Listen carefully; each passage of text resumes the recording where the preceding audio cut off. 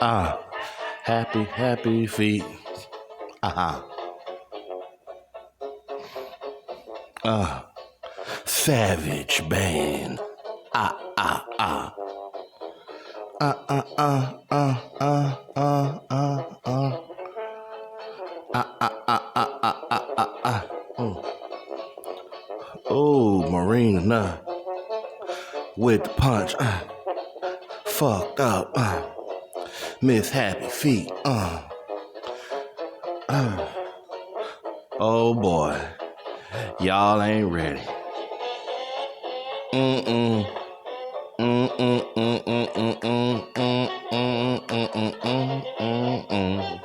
Ready this week? Savage.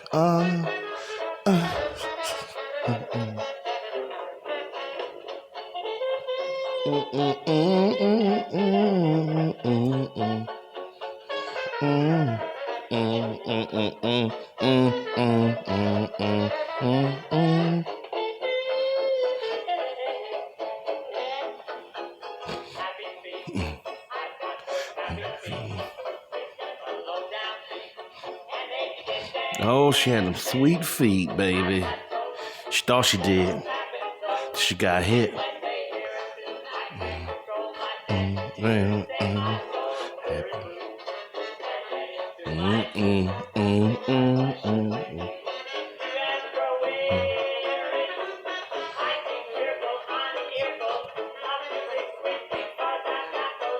Happy, happy feet.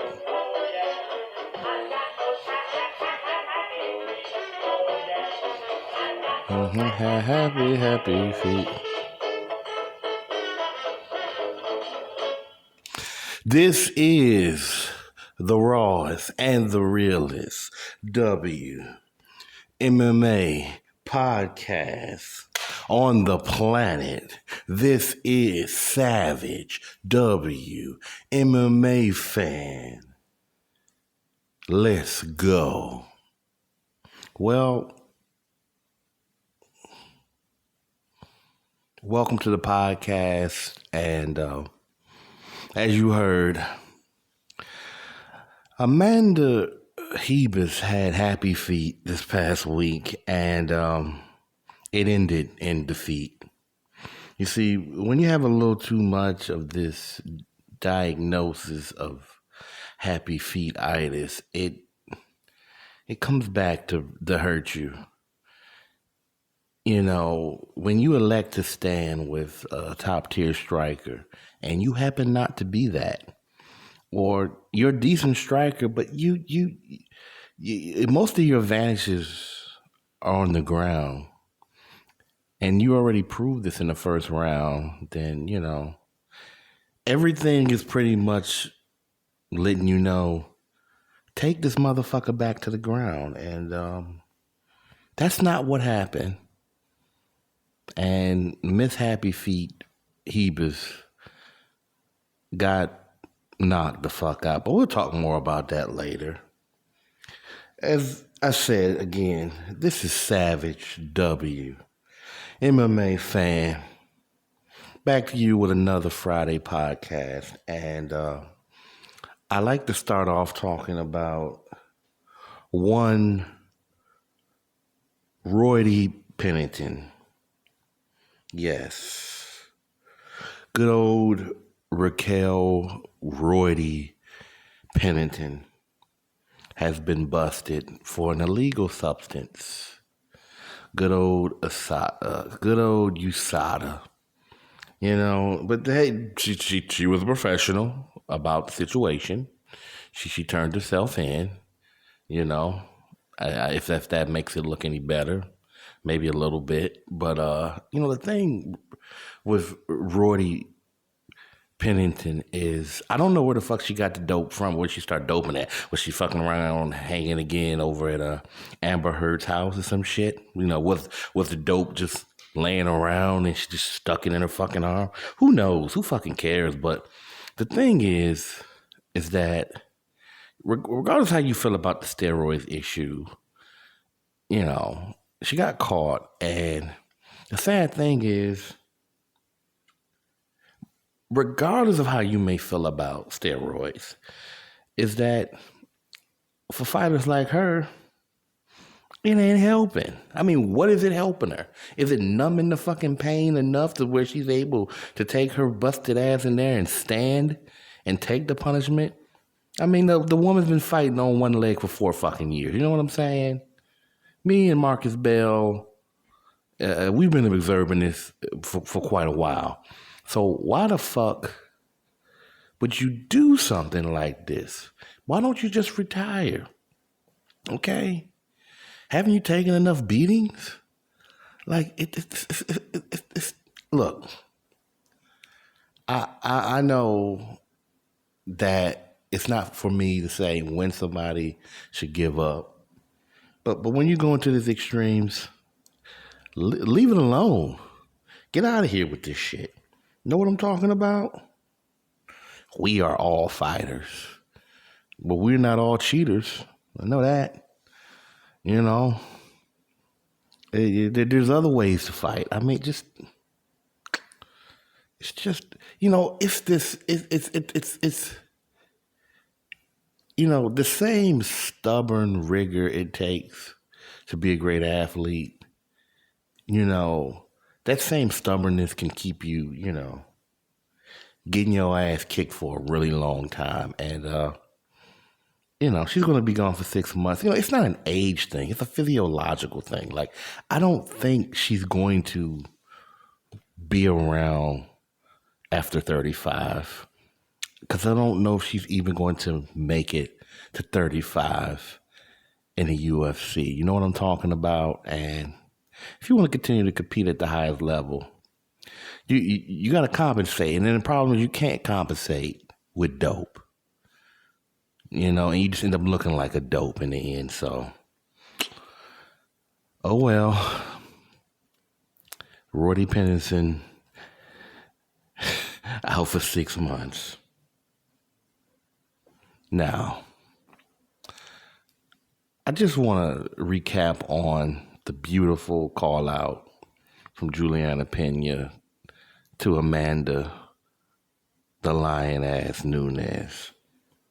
You know, I just wish other fighters that same very night would have said, whoa, I need to do what the fuck Juliana does. Juliana understands that a closed mouth don't get fucking fed. And if I don't jump out there, if I'm not willing to put anything on the line, then I'll never get the lion's share. I'll never get that big payday. I'll never get that recognition. I'll never get in that position to do great things in this sport. I'll always be, you know, a fucking ESPN Plus $5.99 a month fight card on the fight night card. You know, I'll always be that. But the thing is that you got motherfucking fighters who were on the main card. She wasn't on the motherfucking main card, and yet she called out the champ. The double champ. See what I'm saying? You gotta have a degree of boldness that can't even fucking be measured sometimes in this business because, again, there's more casuals than there are committeds. There's more casuals than diehards. There's more casuals than hardcores. If you don't... Look, this is what's pissing me off, okay? We're going to talk more about Marina Rodriguez later, but there's just a pattern in the WMMA universe where it's like they're not using the energy, okay?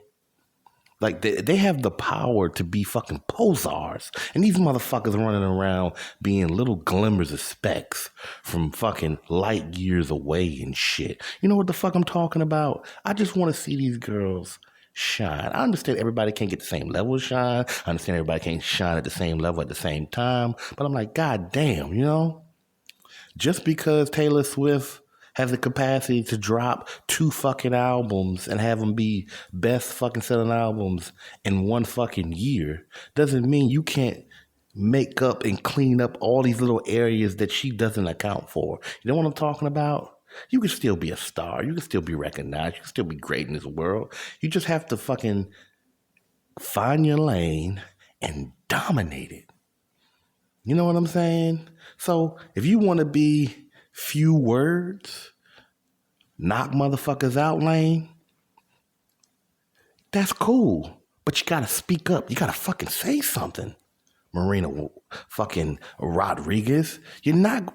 Anyway, I don't want to talk about it any damn more because Marina Rodriguez and JoJo Calderwood, you know, they hurt the Savage's feelings.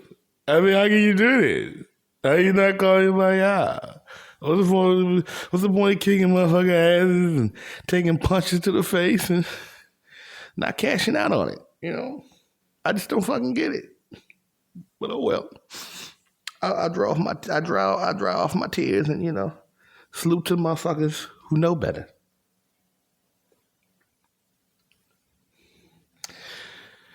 Amanda Hebus, I love Amanda Hebus. And we found out something this week. JJ, we found out something this week about Amanda Hebus. That girl can take an ass whooping. I mean, she was fucked up. Fight should have been stopped after the first time she got dropped. Clearly, that's what was supposed to happen, but it didn't.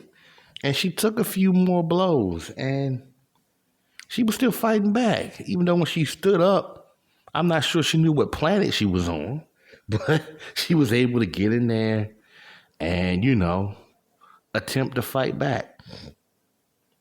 And the thing that I love about her is, she owned up to her mistake, we'll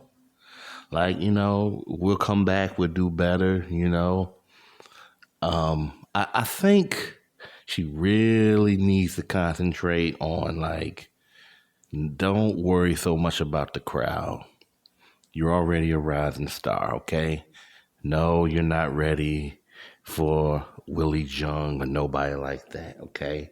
I never quite believed that. But I'll say this. She's still one of the most dangerous fighters in the world. And I believe at the end of the day that if she just concentrate one fight at a time, the opportunities will be there, okay? I'm telling you. There's this scary thing in MMA in general, but particularly with the women of late.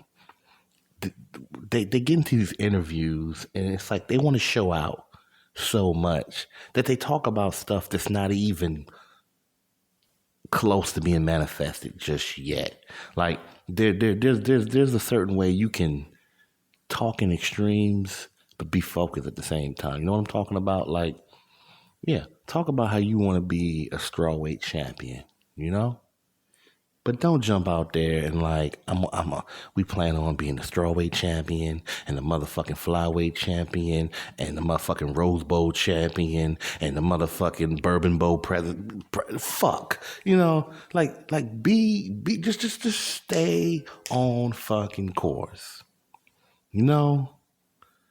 It's okay to have all these big and broad fucking dreams. There's nothing wrong with being a little linear with the fucking title shot, You're only going to win one at a fucking time anyway. So why do you got to keep bringing up this shit about flyweight? And, you start talking like Jessica, okay? And Jessica Andrade, I like Jessica Andrade, and there's certain little aspects here and there that I love about her, but she fucking about to write her fucking way to a high-class ass whooping by Valentina Shevchenko, okay? So let's not do that. So shout out to Amanda Hebus for, taking responsibility for the ass whooping that she had received. But just go back to the gym, go back to the drawing board, and just get that laser focus, okay? Because it's going to be good. You're going to be good. You may even become great. But don't worry. Don't think about anything other than your next fight, okay? There it is. Amen. Happy feet. She got those happy feet. She need to have them cautious feet, Marina Rodriguez. I have a bone to pick with Marina Rodriguez. I mean, like, I don't know, the T-bone, maybe more like porterhouse, whatever the fuck is actually the bigger bone. That's what I got to pick. What a brontosaurus bone. I got a fucking brontosaurus bone to pick with one Marina Rodriguez. Okay?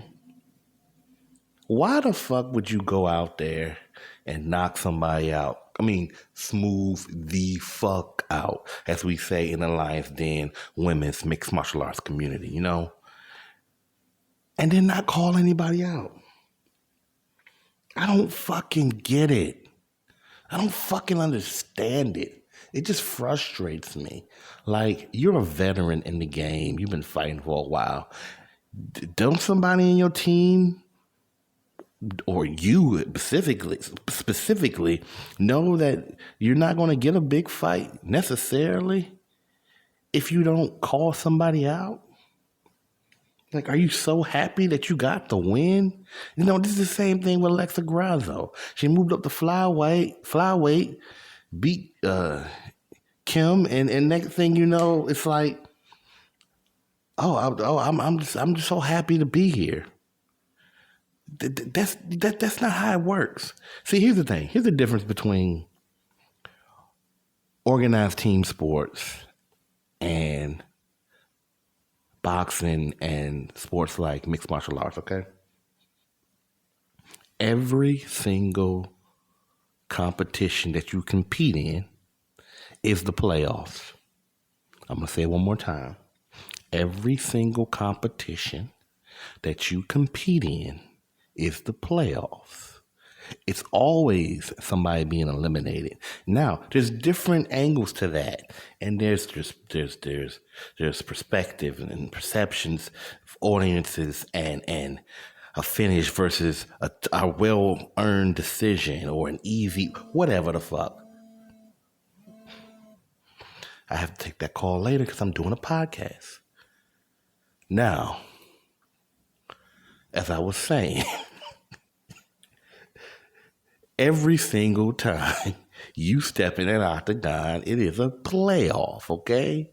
Somebody's getting knocked the fuck out for the potential to either fight for the title outright or at the very least fight in a very lucrative, exciting fight.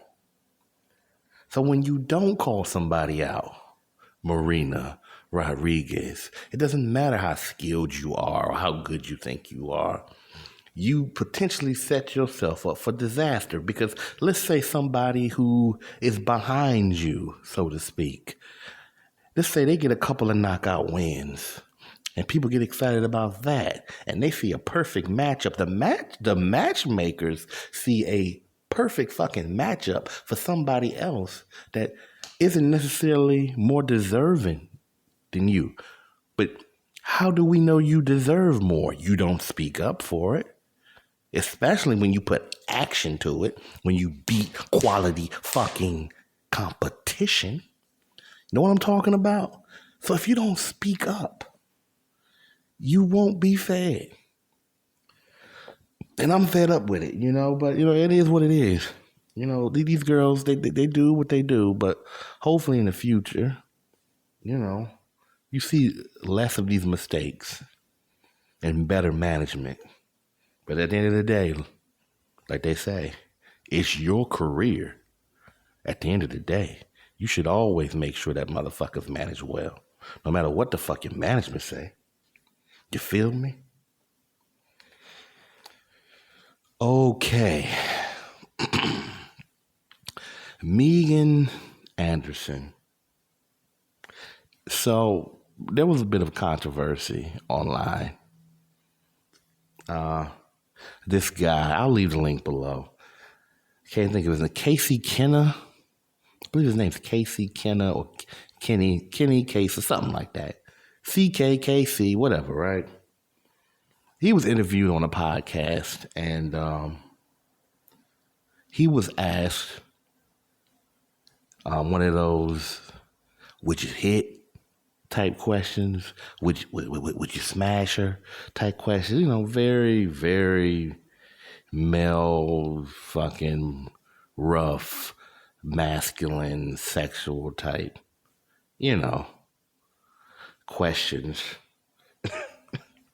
And he was asked about Megan Anderson. Hey, what about Megan? Would you smash Megan? And, he basically said, yeah, well, if I was, you know, pissy drunk, or if it was 4 or 5 a.m. in the morning and I decided to say fuck it, something like that. That was his response. Like, nah, she wouldn't be my first choice. I wouldn't really want to do it. I'd have to basically know that I'm there, but yet have enough understanding and accept the fact I want to do it, which in my opinion is not the best circumstances you should be having sex with any fucking body. I feel like if you're so fucking fucked up and so drunk that it's a last minute decision, but you're not quite sure of it, or you feel like you're going to regret it. Or in his case, what he's trying to say is, yeah, I'll fuck her, but I wouldn't be proud of it. That's a whole nother conversation in itself, talking about proud sex versus unproud sex. But anyway, so these statements got out less than 24 hours, and Megan Anderson responded and basically was saying, this is the type of stuff that we got to deal with in this sport, and this guy is on the same card as me, and this is how he's talking about people. Now, first and foremost, okay, we're talking about Megan Anderson, all right? And before I get deeper into my thoughts about the situation, clearly Megan was hurt by this. She was insulted by it.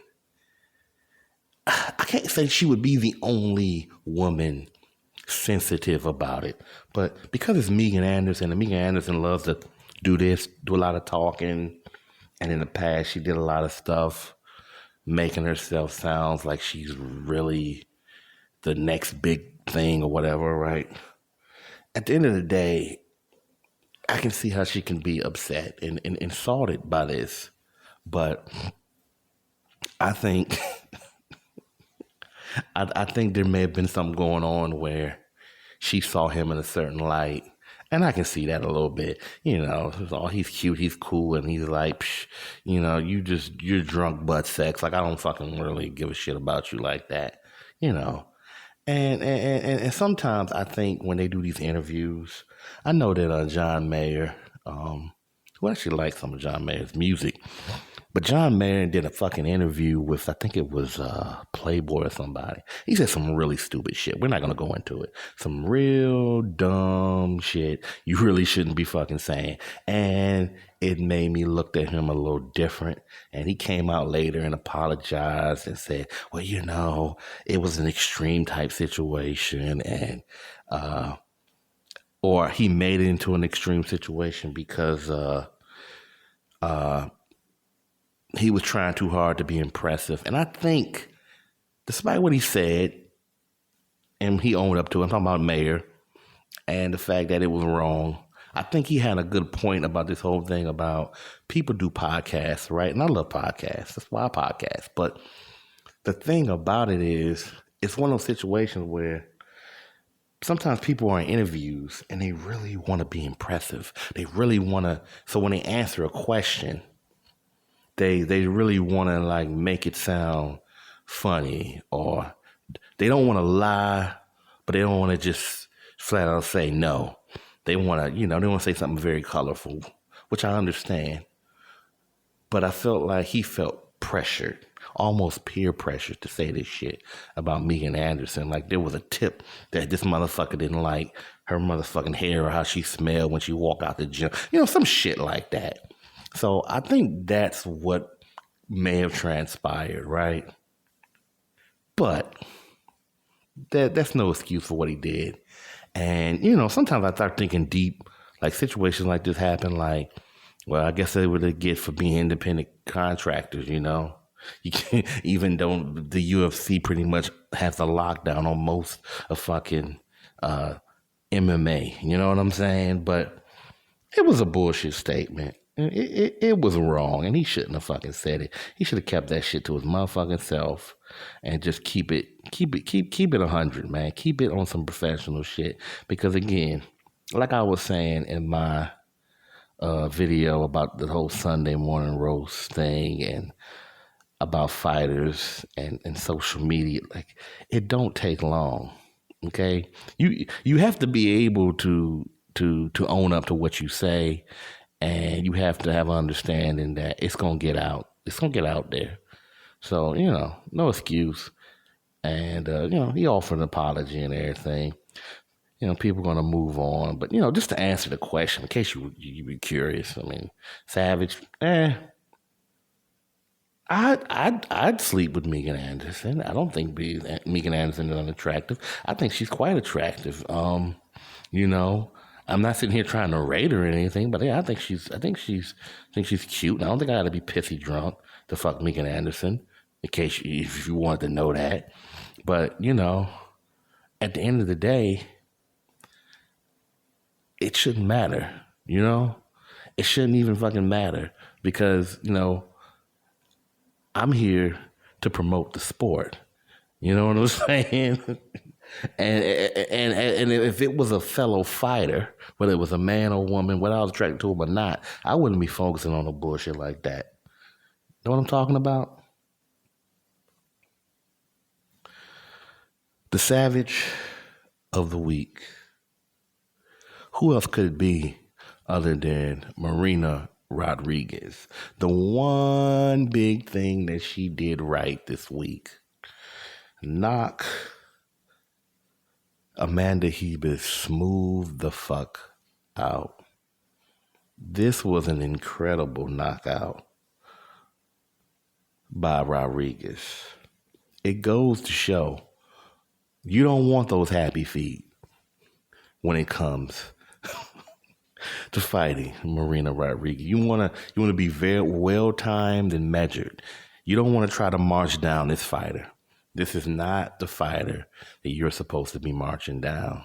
You're supposed to be cautious and careful and calculated. And I can't give her nothing but credit. Nothing but credit for doing what she was supposed to do. She showed you high level Muay Thai striking. She is an absolute savage when it comes to the stand-up game. So salute to Marina Rodriguez, the Savage of the Week.